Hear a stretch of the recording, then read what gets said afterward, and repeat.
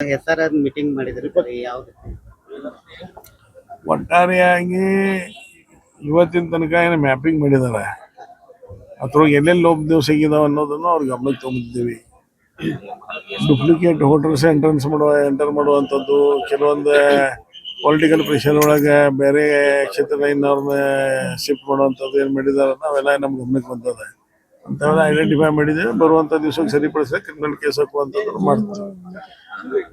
ಆಮೇಲೆ ಇನ್ನ ಸುಮಾರು 35,000ಕ್ಕಿಂತ ಹೆಚ್ಚು ವೋಟರ್ಸನ್ನ ಮುಟ್ಟಬೇಕಾಗ್ಯದ. ಅದು ಮುಟ್ಟಿಸುವಂಥ ವ್ಯವಸ್ಥೆ ಆಗ್ಬೇಕಂತ ಹೇಳಿದ್ವಿ.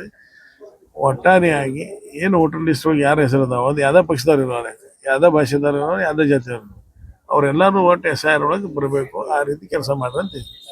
ಸರ್, ಇವಾಗ ರಾಜ್ಯ ಸರ್ಕಾರ ಹೊಸದಾಗಿ ರಾಜ್ಯ ಸರ್ಕಾರ ರಚನೆ ಆಗಿದೆ. ಗ್ಯಾರಂಟಿಗಳ ಬಗ್ಗೆ ಪ್ರಶ್ನೆ ಚಿಹ್ನೆ ಇರ್ತಾರೆ. ಒಬ್ಬ ಯಾವ ರೀತಿ ನೋಡ್ತಾರೆ ನೋಡ್ರಿ, ಇದಕ್ಕೆಲ್ಲ ಗದ್ದಕ್ಕೆ ಕಾರಣ ಅವ್ರ, ಗದ್ದ ಹಾಕಿದವ್ರು ಅವ್ರ, ಗದ್ದ ಮಾಡಾದವ್ರು ಅವ್ರ.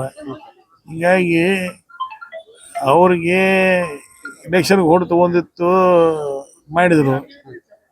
ಇಲೆಕ್ಷನ್ಗೆ ಓಡ್ ತಗೋದ್ನಾಗ 2 ಸಲ MP ಇಲೆಕ್ಷನ್ನಾಗ 2 ತಿಂಗಳು ಮೊದಲ ಹಾಕಿದ್ರು. ಮತ್ತೆ ಈಗ ತಿಂಗಳ ಕೊಡ್ತಾ ಇಲ್ಲ.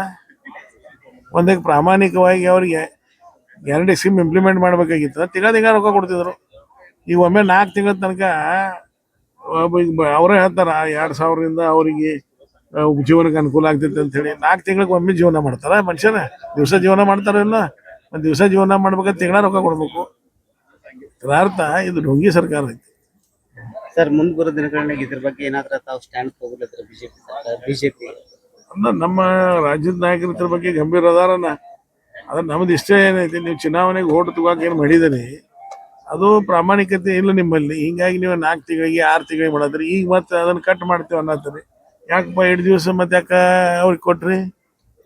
ಈಗ ಎಲ್ಲಾರು ಇದ್ದಾರ, ಯಾರು ಇದ್ದವ್ರನ್ನ ಅದಾರ ಅನ್ನೋದ್ರ ಯಾಕೆ ಕಟ್ ಮಾಡೋದೈತಿ? ಅಂದ್ರೆ ನಿಮಗೆ ಬೇಕಾದವ್ರನ್ನ ಇಟ್ಕೋರ, ಬೇರೆದವ್ರನ್ನ ಕಟ್ ಮಾಡೋಣ, ಅದ್ರಾಗೂ ರಾಜಕೀಯ ಮಾಡವ. ಮತ್ತೆ ಈಗ ನಿಮ್ಗೆ ಲೋಕಸಭಾ ಎಲೆಕ್ಷನ್ ಓಟ್ ಬೇಕಾಗಿದ್ದು, ಅದಕ್ಕೆ ಕೊಟ್ರಿ. ಈಗ ಕಟ್ ಮಾಡತ್ತೀರಿ. ಕಟ್ ಮಾಡ್ಬೇಡ್ರಿ. 5 ಎಲ್ಲರಿಗೂ ಕೊಡ್ರಿ. ಕೊಡಾತ್ರಿ, ಎಲ್ಲರಿಗೂ ಕೊಡ್ರಿ. ಅದು ತಿಂಗಳ ಕೊಡ್ರಿ. 6 ತಿಂಗಳ ಕೊಡ್ಬೇಡ್ರಿ.